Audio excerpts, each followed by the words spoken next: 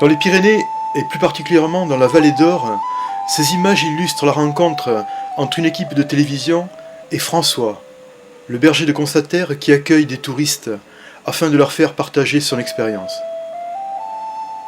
En fait, cette rencontre avec François, c'est d'abord une émotion. C'est aussi une chance, car il n'est pas facile, d'ordinaire pour des randonneurs, de communiquer d'une manière aussi riche avec ceux qui contribuent à perpétuer la vie, dans un milieu à la fois beau, rude et fragile.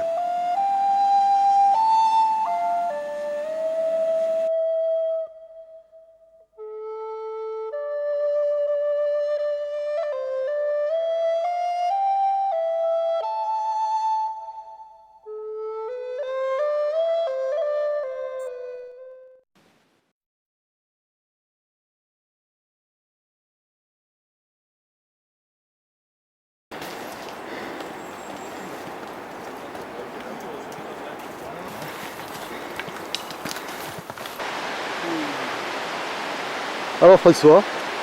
Eh bien, on commence à souffler déjà, hein. Ouais. Bon, si tu veux, il faut respirer, et moi et le mulet surtout. Parce que le pauvre, il a la charge, là. Hein. Ouais. Putain.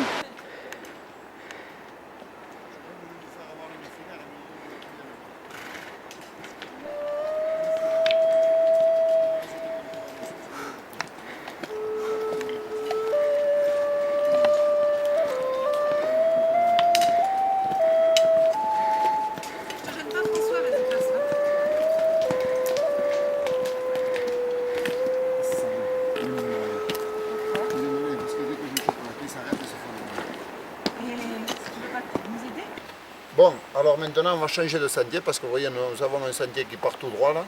Normalement c'est le sentier qu'on devrait prendre, mais comme un peu plus haut il y a des roches à passer, et il y a un endroit où il y a une dalle qui est assez difficile à passer, surtout pour les gros animaux, c'est-à-dire les vaches et les chevaux. Alors nos aînés avaient créé un sentier qui est bien plus facile pour ces bêtes-là, alors c'est pour ça qu'on va bifurquer sur la gauche. Voilà, hein. Ou sinon ce sentier mène au même point que l'autre, hein. Il n'y a pas de problème. Hein. Voilà, et bien on va pouvoir attaquer. Allez, bien. On y va. Tout doucement, toujours tout doucement.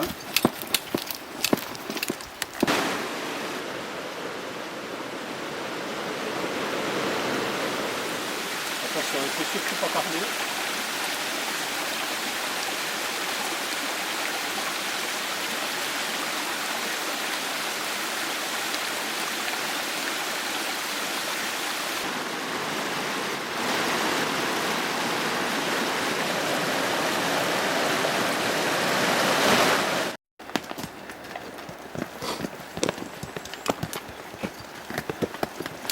C'est un bruit qui ne se couple pas avec le mulet.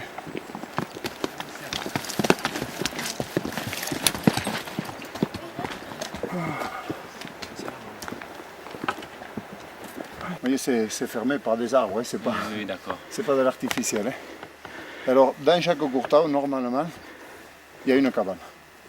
Et là, on l'a tout près. Elle est cachée là derrière le buisson. On va y arriver. Et c'est ici que les moutons pèsent alors? Non, ceci c'est des quartiers pour les vaches. Ah oui. Les moutons, le printemps et des fois l'automne quand il y a un coup de mauvais temps. Sinon, les moutons se trouvent tout à fait en haut sur les crêtes, surtout quand il a fait chaud comme ces jours-ci. C'est des animaux qui vont jusqu'à 2008-2009 d'altitude. C'est pas mal quand même. Ouais. Ce qu'on appelle un sanguin. Et le terme exact, c'est le lactéra délicieux. On l'appelle le sanguin parce que justement, tu vois, il rejette toujours un peu de liquide orangé, là, tu vois. Et alors on a l'impression que le champignon saigne, c'est pour ça qu'on l'appelle le sanguin. Hein. Voilà. Mais c'est des champignons qui sont comestibles, hein. Pas de problème. Tu peux en manger, tu ne risques rien. La viande. Oui, tu vois, on avait même le rôti avec. Dans le fond, il y avait encore le pied avec le jus Oui.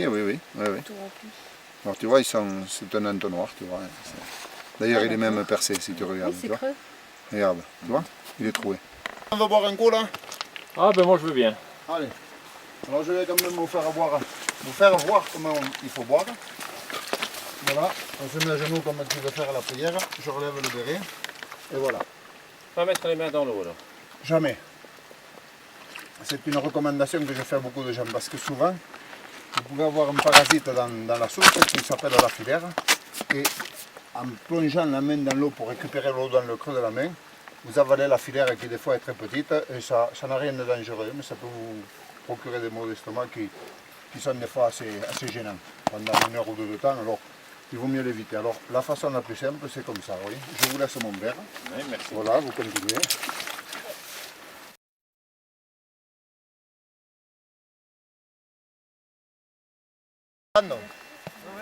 Andamos. Andamos todos. Peut-être un petit peu blanc ici, à la base du cou. Et le safran. On ne va pas arriver à nous, c'est pas possible. Voilà le safran. Le safran est plus là.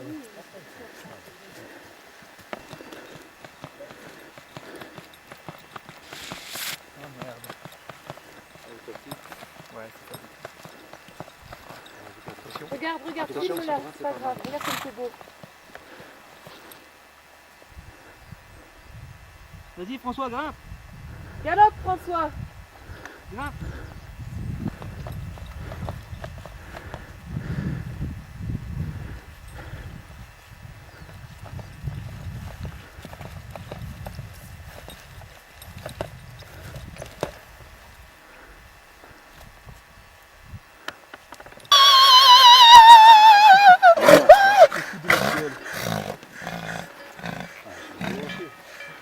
Il va falloir copier sur le film Jean-Pierre. Hein. Vous êtes pas bon. Dans l'alignement de la caméra avec les moutons, si c'est possible. C'est bon là? Ouais, plus vers notre gauche.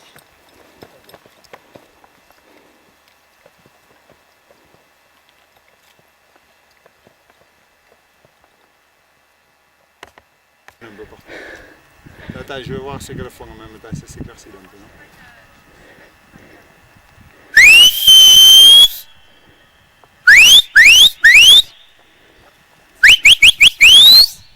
Hey! Astucieux! Yeah! Cloche, on dit demain ou après-demain ou plus tard, il fait mauvais, puis ça tombe pas. Hein. Et ça tient à quoi, François? Et ça vient que l'atmosphère se charge d'humidité. Nous, on le ressent peut-être pas ou différemment. Et les bêtes se secouent. Alors le fait que la bête se secoue, le son est retransmis par la cloche. Quoi. Alors quand on entend une cloche teintée vive, là, comme ça, très vite, quoi, hein, c'est un signe de mauvais temps. Ça, hein. Bon, je vois tes jumelles en place, salut. Tu viens. La moitié. Ils sont pas bien là. Vous croyez 3 ou Encore 3 moitiés comme ça. Là, il y a un raidillon. Là où montaient les brebis, il y a ce raidillon. Et puis après c'est plus triste. Hein? Non, ça c'est rien.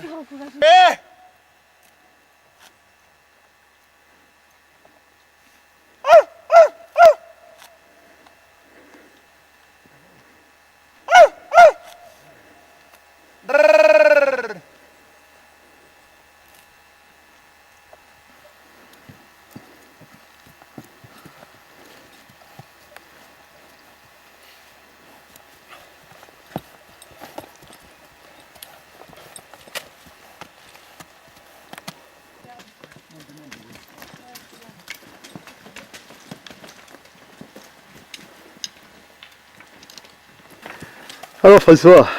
Mais ça va, on monte, on y arrive. Ah, Petit à petit, on va y arriver, oui. bien. Avec mon petit hélico là. C'est la dernière cartouche, hein. Dernière ligne droite. Oh là là, que c'est agréable d'arriver. On a un grand sourire. De découvrir la cheminée, le toit à la cabane. À 2170 mètres d'altitude. Et voilà, nous y sommes. Voyons la tête des touristes. Oh, ça va. Attends. Ouais, j'ai filmé la cabane.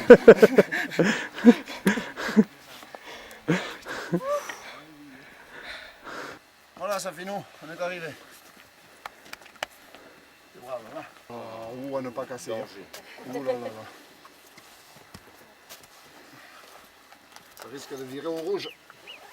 On a des choses à tenir ou quoi? Non, pour le moment, non. Non? Là, j'ai défait cette sangle, non, normalement, ça ne va pas bouger.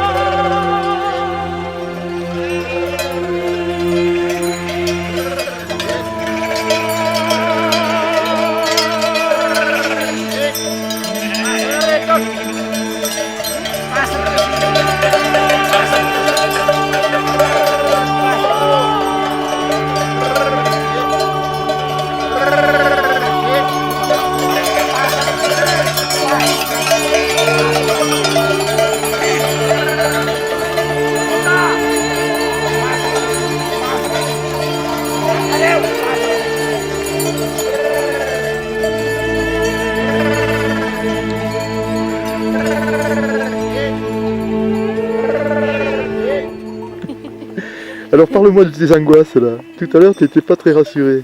J'ai l'impression qu'il y a un intrus dans le troupeau.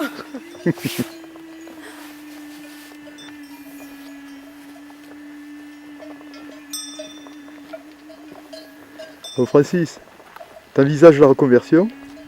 Peut-être. Peut-être, ça me déplaît pas.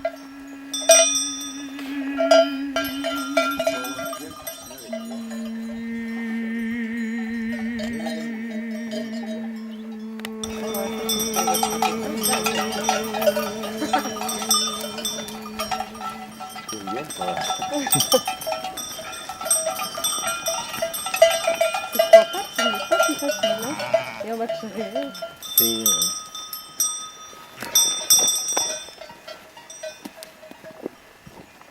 Expliquer le problème de la tonte. On va tondre le derrière de la bête. Vous voyez ici, on voit une laine un peu plus haute que sur le devant. L'organisme de la bête s'habitue à être dégagé. Ça va éviter les problèmes de congestion ou autre. Ce qu'il y a, c'est que la bête va, au mois de juin, monter ici en altitude, retrouver des coups d'intempéries, des coups de neige, ça arrive. Et le peu de laine qu'il aura repoussé sur le derrière de la bête, ça va lui permettre de résister à tous ces problèmes d'intempéries. Et puis il faut savoir qu'un mouton, quand on le tond, il a toujours une poussée de température. Des fois importantes. Et le fait de les tondre en deux parties, il y aura certainement une poussée de température, mais beaucoup moins importante que si on la tond d'un coup. Alors là, on a une bête un peu spéciale, c'est un bélier, à qui on a laissé la laine sur les épaules. C'est ce qu'on appelle une frêle. Alors bon, c'est une manière de protéger les bêtes. À une époque, on réservait ça à des bêtes, je dirais, un peu spéciales. C'est des brebis qui devaient nourrir un agneau tout l'été, c'était des brebis qui avaient des problèmes de santé. Et tout le restant, les bêtes du troupeau étaient complètement tondues. Alors on tondait le derrière, et au mois de février, donc le derrière, et au mois d'avril, mai, on tondait le restant de la bête. Mais c'est vrai que les dates au niveau de la tonte ont un peu changé. On a des machines qui rasent un peu plus les bêtes, c'est des tontes plus régulières, plus courtes. Alors donc, moi je fais partie des gens qui ont un peu avancé les dates, c'est-à-dire que le derrière était tondu au mois de mars, en lune vieille du mois de mars, alors que moi c'est début février. Je regarde toujours le problème de la lune, je suis un peu de la vieille école, mais j'ai devancé quand même d'un bon mois le sous-bail qui est le derrière, et la tonte donc au mois d'avril. Et au lieu d'être mi-mai, c'est au mois d'avril que je tondrai le restant de la bête. Voilà, alors Martin, je vais te faire avoir quand même quelque chose. Tu vois? Attendez, je coupe. Je vais t'apprendre quelque chose. Tu sais que le mouton, c'est un ruminant. Oui. Tu le savais, ça? Non, peut-être pas, mais enfin, tu l'auras appris. Alors, je vais te faire avoir la dentition de mouton. Tu vois? Tu remarques que la bête n'a pas de dents, tu vois, sur la mâchoire supérieure. Et ça, c'est fait chez tous les ruminants. Tu vois, on compte 8 incisives sur la mâchoire inférieure. Un temps mort où il n'y a plus de dents, tu vois, tu peux te permettre d'y mettre le doigt sans risquer de te faire mordre. Tu vois, on appelle cette partie-là la barre. Mais on va trouver des molaires sur la mâchoire inférieure et sur la mâchoire supérieure. Et elles ont autant de dents que nous. C'est-à-dire combien? 37. Tu en as 5 de trop. 32. Voilà. Hein? 32. Hein, voilà. Alors, tu vois, on va placer des boucles à ces bêtes, à l'oreille, pour connaître l'état de santé de notre troupeau. Il y a le millésime de la bête, tu vois, et il y a le numéro de cheptel du propriétaire sur ces boucles-là. Voilà, ça c'est pour donc suivre l'état de santé du troupeau. Et, on leur Et en met ça plus, tu vois ici, tu peux remarquer que l'oreille, elle a 2 petites encoches là. Voilà, c'est ce qu'on appelle un signal. Dans les pays de montagne, comme ça, on signale les bêtes. C'est-à-dire qu'on leur fait une marque à l'oreille. Alors ça peut être un arrondi, ça peut être un trou, ça peut être sur l'oreille gauche, ça peut être sur l'oreille droite. C'est pour savoir à qui appartient la bête. Hein? Moi, je crois qu'il est tout à fait à son avantage. Un petit regard. Tiens, Martin, tu peux te reculer un petit peu, s'il te plaît? Ouais. Super. Et François, un petit regard. C'est pas méchant un mouton, hein? Ah non, ça C'est non. tranquille, hein? Je suis étonnée Il faut savoir les tenir quand même. Hein? C'est pas permis à tout le monde d'avoir une bête tranquille comme ça. Hein? Ne tournez pas. Ça m'étonne qu'il se plaît dans cette position. Ah ouais. Et moi, je sais pas si c'est une question de doigté ou quoi. Dès que je prends la bête, si j'ai une position peut-être, et qui fait que la bête est plus tranquille, j'arrive à les attacher facilement. Quoi. C'est rare aussi. Et elle est plus tranquille, personne ne sait plus. Mais la bête, elle est bien, je la mets dans une bonne position là. Elle est coincée. Oui, en quelque sorte. En quelque sorte. Hein. J'ai marché sur Au sens Alors, donc, c'est bon, hein. Je coupe. bon. Coup de peinard, quoi. Hein. Ah ça.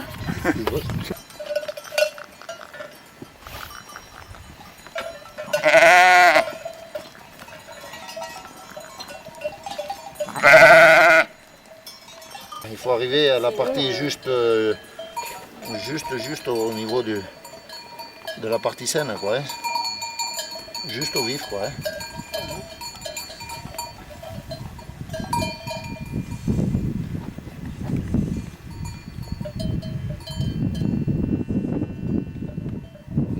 l'intérieur, là, a priori, il ne doit pas y avoir trop de mal. On change de... Petit, dans le sac. Alors, on a soigné un doigt, on va regarder le second quand même. C'est une bête qui était quand même déjà soignée. Et le mal avait repris, quoi. Ah bon? Oui, ça arrive, hein. Pas souvent, mais ça arrive. Il y a des scènes ici. Oh, c'est rien. C'est rien, je suis arrivé au vif, là, tu vois. C'était mon intérêt d'ailleurs, hein. Tu vois, là même, je vais essayer d'en faire autant, là, tu vois. Et de manière à ce que vraiment, j'arrive sur la partie saine, tu vois, là j'y suis, hein. Il faut vraiment bien le nettoyer, bien le dégager, de manière à ce que le produit de la bombe antiseptique fasse un bon effet, quoi, hein.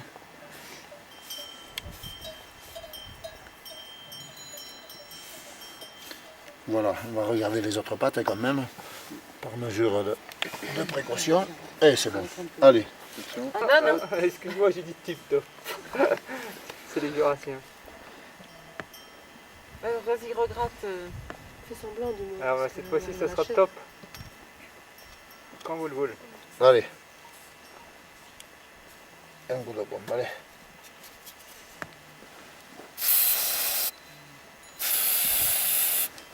Tiens Martin, tu devrais me tenir un peu la patte là, s'il te plaît, là, tu vois.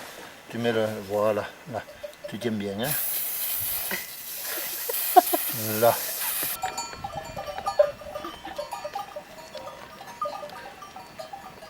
Ok.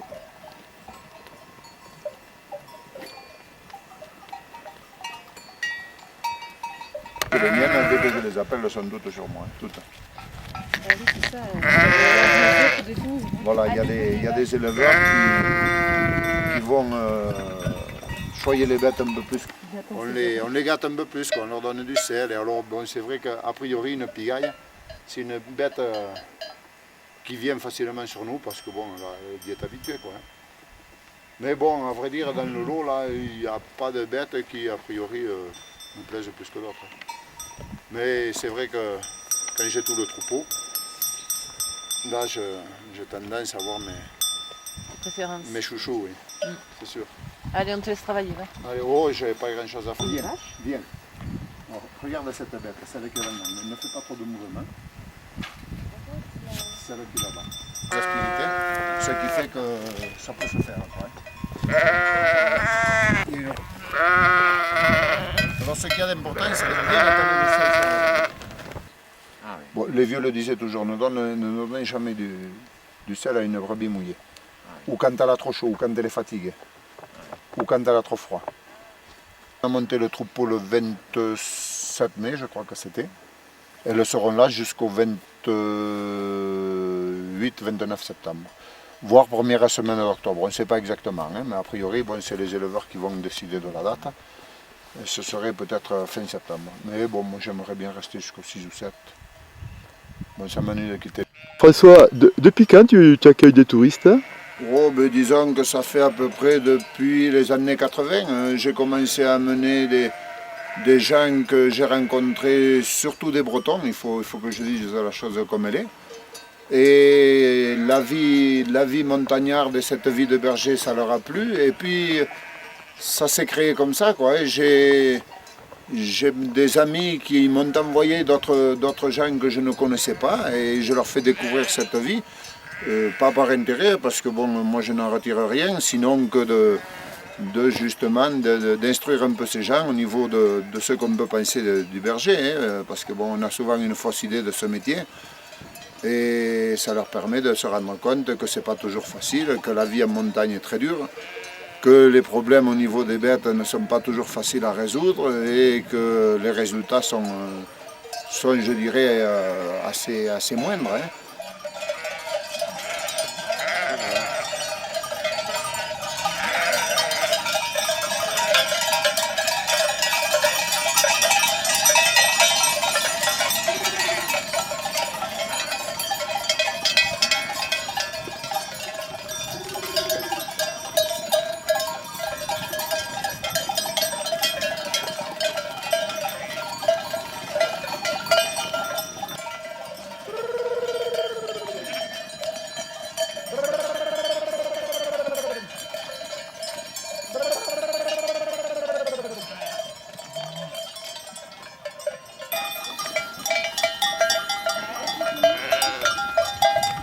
Vamos a hacer la sopa.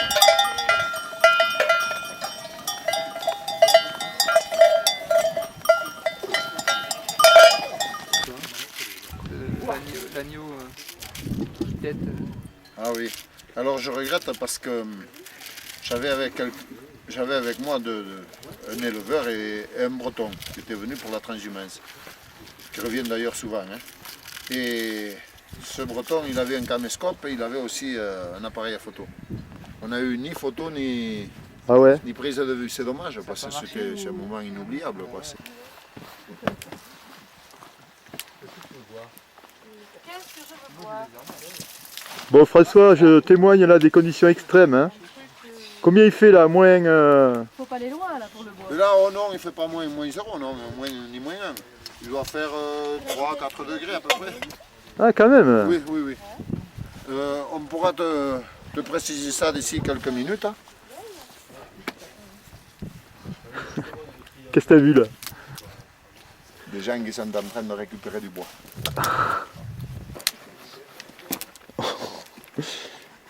C'est la nouvelle manière de couper le bois? Bon, Jean-Pierre, on va acheter ton reportage. Hein. C'est qui ton papa? Qui te fait bosser comme ça? Voilà, en poussant. En tirant.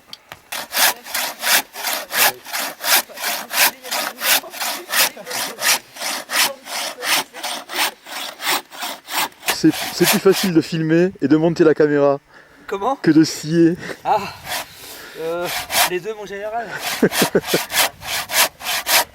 Voilà, et un morceau de haille, moi j'en ai toujours dans mon sac. Hein. Un morceau de haille comme ça, vous allumez le feu où vous voulez. Vous voyez hein, le résultat que ça donne. Hein.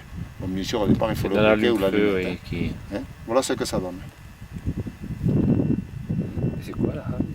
C'est une variété de résine, c'est le pain accroché, mais dans certains endroits elle est meilleure que dans d'autres. Hein. Il faut qu'elle soit un peu rouge, qu'elle soit. C'est la souche du pain, quoi. Hein. Voilà, ça donne un.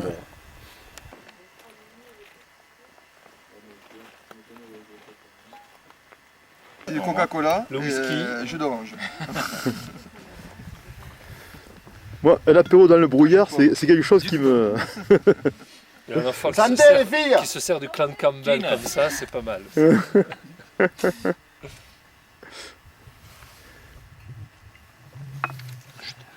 Alors François, t'en as pas une petite là, à nous raconter? Une petite. Allez, mignonne hein? C'est-à-dire que pris à l'improviste comme ça, c'est assez difficile. Qu'est-ce que je pourrais vous raconter comme histoire? Il y en a des histoires à raconter, mais c'est laquelle qui va vous plaire? Hein, Martin? T'as pas une histoire à toi raconter? Non. Alors on va donner la forme au collier, on va le mettre à tremper dans de l'eau. Oui, oui.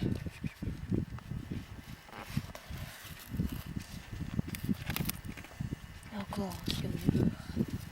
Voilà, il vient ici.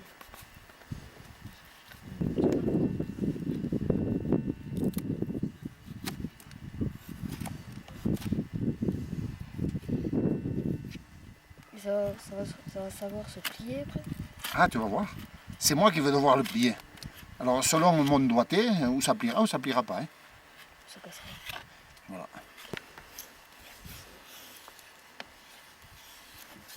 La couleur bleue.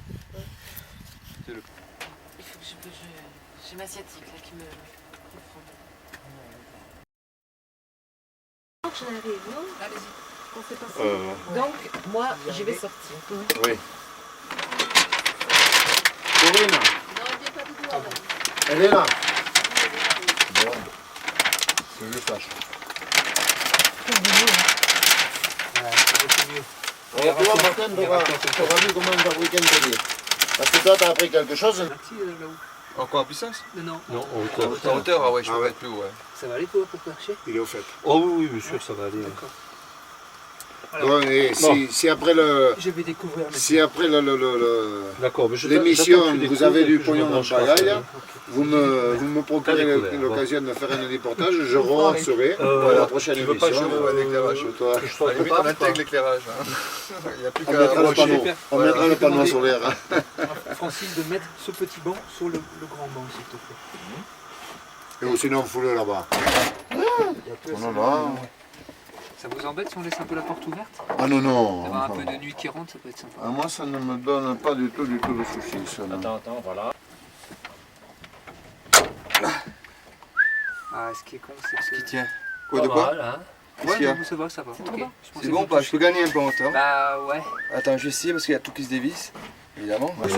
Si tu veux, tu peux t'appuyer contre. Si tu as plus de... De stabilité en C'est pas tapis. pince, je vais avoir du mal. De recul aussi. Eh bien, mon feu, ça va faire du bien. On va mettre cette bûche. Martin, il ne faut pas que tu aies froid, toi, ce soir. Hein. Voilà. On va regarder pour tout à l'heure. Bon, tant que je suis là, je vais regarder la soupe quand même. Alors, ok. Excuse. Attends, François, est-ce que tu peux refermer le pot à soupe? J'ai changé de plan pour Corinne, Alors, ça l'aide. attends, j'ai fait ça. Il faudrait peut-être que je fasse ça, non? De toute façon, on fera un raccord d'ici. Alors, je remets la louche à sa place. D'accord. On fera un raccord d'ici, François. Ouais. C'est bon, tu fais ce que tu veux, on fera un raccord. D'accord. Dis-moi, est-ce qu'il est utile qu'il commente tout ce qu'il fait? Non, c'est pas utile. Ouais. Bon, Parce que d'abord. ça fait peut-être un peu trop. D'accord. À la limite, parle d'autre chose. Non, Ou rien, mais... tu as vu la soupe. Ok, je tourne. Ah oui, On peut se reculer ici. Hein. Oui, oui, on va se reculer. Non, mais vous pouvez continuer à filmer. Oui, il n'y a pas de Les problème. prises de son de ça, vous pouvez Vous continuer. voulez garder la soupe pour vous tout seul? Ah bah écoute, elle est tellement bonne que finalement... Et il faut la finir. Hein. Si on n'a plus à Elle est tourner, extra. on laisse le. Qu'est-ce que tu mets comme assaisonnement A là-dedans? priori, on a fait tourner. Dis-moi. Moi, si tu veux, j'ai plus besoin d'interview parce que je fais ce que je veux. Je mets, Après, on reprend donc, demain matin, là, il y a 4 non, pots de pas girofle. au petit-déj, non, pas au petit-déj. Je mets du lard, J'aurai le donc batterie, la si tu fraîche. veux, à l'intérieur. et pas Au plus. départ, pour avoir Sel, les poivre. impressions de Du lard, Martin, c'est ça. Oui. tu vois, Oui. de- On dirait qu'il y a quand même... On peut Allez, c'est assaisonné d'une façon vraiment Oui, bon. ben, Comme tu tu peux. veux. Ouais, on verra. Je sais pas. Mais a priori, Tu sais, le céleri ou je sais Oui, pas. oui, le céleri Ça fait deux repas, donne bon goût. On Hein. voit bien. Et ce qui donne bon goût aussi, mais il faut faire attention, il ne faut pas mettre trop, c'est le navet.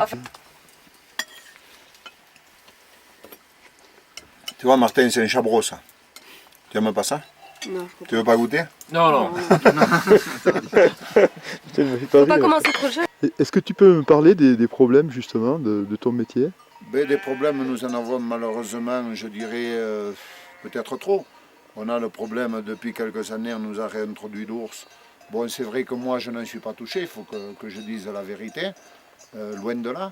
Mais bon, il faut quand même penser qu'il y a des gens qui peuvent en être gênés, parce que nous, on a des troupeaux de bêtes, on aime nos bêtes, et c'est pas un ours qui va résoudre nos problèmes. Au contraire, ça ne fait qu'accentuer tous ces aléas.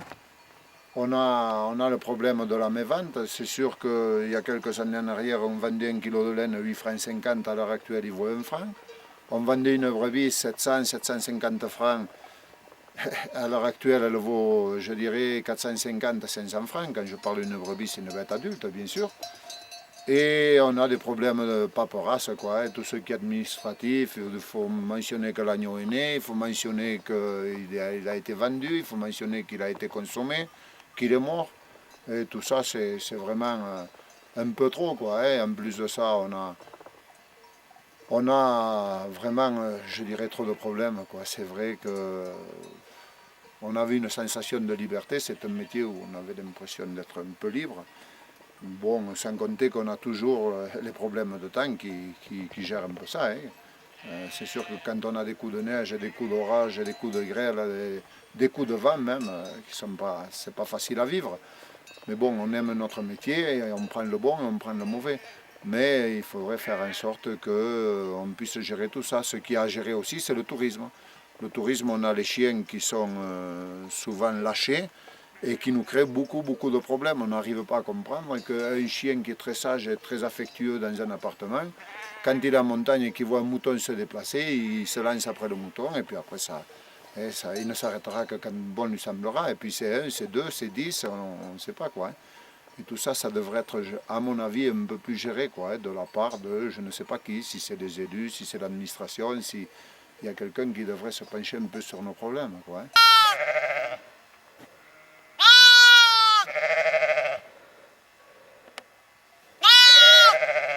un coup de froid. Même si notre goupil ne serait pas passé par là. Je crois qu'il a la paupière bien abîmée là.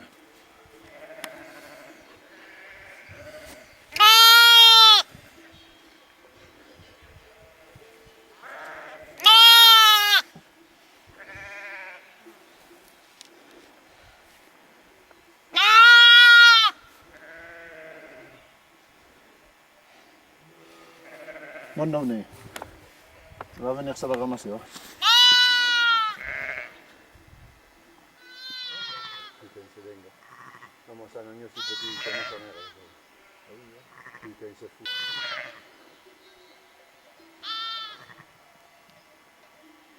Ah, regarde, hein? Il est sauvé, là.